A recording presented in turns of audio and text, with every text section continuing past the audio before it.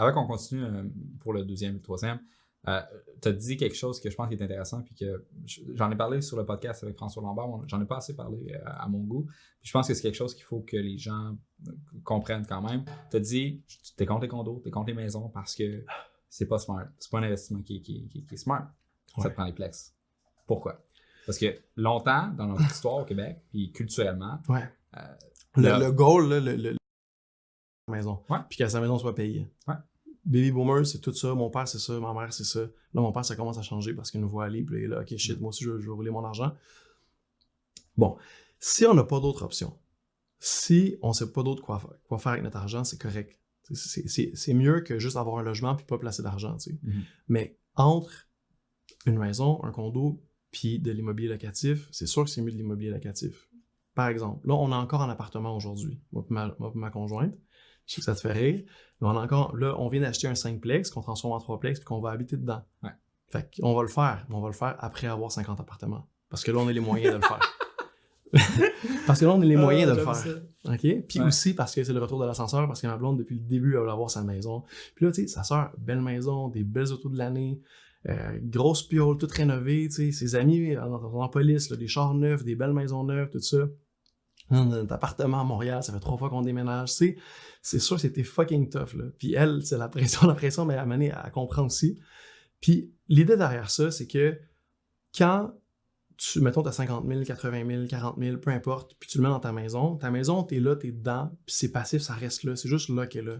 Mettons que je mets cette même somme d'argent-là dans un plex, mais le plex, je peux le rénover, je peux optimiser les revenus, je peux faire prendre la valeur, puis après ça, ben, je peux soit le revendre, ou bien le refinancer, puis après ça, je peux reprendre l'argent, puis continuer, ou bien le garder pour en acheter un autre, etc.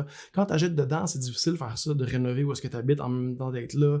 Puis tu comprends, c'est de la merde. Non, mais Faut pas que t'en parles la maladie, tu sais. Ouais, c'est vrai, en tout cas.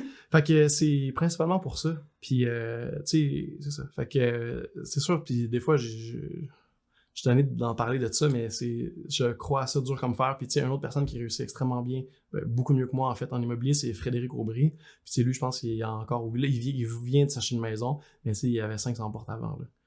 Parce que, à un moment donné, il dit... Tu sais, je me rappelle, à un moment donné, j'expliquais ça, tu sais, moi, je savais pas c'était qui. Puis, il dit, lui, il s'est compté. Je sais, OK, je sais pas trop quoi m'attendre. Puis après ça, j'ai su c'était qui. Puis venant de lui, c'est bon, tu sais. Fait que, puis tous les livres que j'ai pu lire, tout ça, tu sais, ça m'a donné, c'est l'évidence, là. Mais c'est contre-intuitif, c'est tough. Puis quitte à te prendre, mettons, un appart que tu payes plus cher, qui est rénové, tu vas quand même pas locker 50 000 dedans. Ouais. Tu sais, même si, en bout de ligne, là, tu perds 5 000 par année, ton 5 000 par année avec ton 50 000 dans un plex, ça va faire bien plus que 5 000. Fait que c'est ça, c'est comme un changement de mentalité complet. C'est pour ça. Puis il y a un beau post de Nicolas Ray, d'ailleurs, sur ça, je pense, la semaine dernière que j'ai mis sur mon profil, qui explique exactement ça. Puis là, c'est fucking drôle parce que j'ai l'oncle de ma blonde, pour pas le nommer, qui dit « Hey Mathieu, comment ça? C'est pas bon, s'acheter une maison. » Je dis « Ben là, Michel, je vais t'expliquer ça. La prochaine fois qu'on se voit en personne, ça va être plus simple, tu sais. » Mais tu sais, c'est pas que c'est pas bon, c'est que c'est vraiment pas le meilleur véhicule quand tu peux faire du locatif à la place. Puis là, Mané, tu commences pas ça à 60 ans, idéalement, tu commences ça plus tôt. Mais ouais, puis en même temps, je sais pas qu'est-ce que t'en penses, mais il y a aussi le fait que quand tu achètes une maison, ça te limite beaucoup aussi géographiquement. Donc, tu sais, comme mettons, moi j'ai une maison. Si je m'étais acheté une maison, là, 3 ou 4 ans à Trois-Rivières, OK, c'est tough pour moi. Mettons, j'ai une opportunité vraiment payante à Montréal. C'est plus difficile de me déplacer. Ouais, il y a toujours moyen de la louer, mais là, après ça, c'est parce que ta capacité d'emprunt versus ton salaire, tout ça, c'est plus difficile. Tandis que des plex, ben, t'as du revenu, fait que ça s'autofinance, les banques, c'est plus facile. Non, c'est ça, il y a aussi le fait que la plupart des gens ils pensent que quand tu es en appartement, oui, tu donnes de l'argent à ton propriétaire, puis il y en a une partie que tu ne gardes pas. Comme 100%. Mon argument pour ça, c'est ça fait quoi d'avoir je paye de l'argent à une personne, mais de l'autre bord, j'en ai 40 qui m'en payent ou 50 qui m'en payent.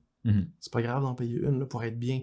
Puis, dans tous mes apparts, à part ceux-là qu'on vient d'acheter parce qu'on l'a acheté pour ça, c'est des plus petits logements, mettons, c'est 6 à côté, c'est 9 à côté, fait que c'est moins un endroit ou un quartier, dépendamment lesquels, là, mais que j'aimerais habiter dedans avec ma blonde, puis habiter que locataire, c'est plus difficile, tu sais.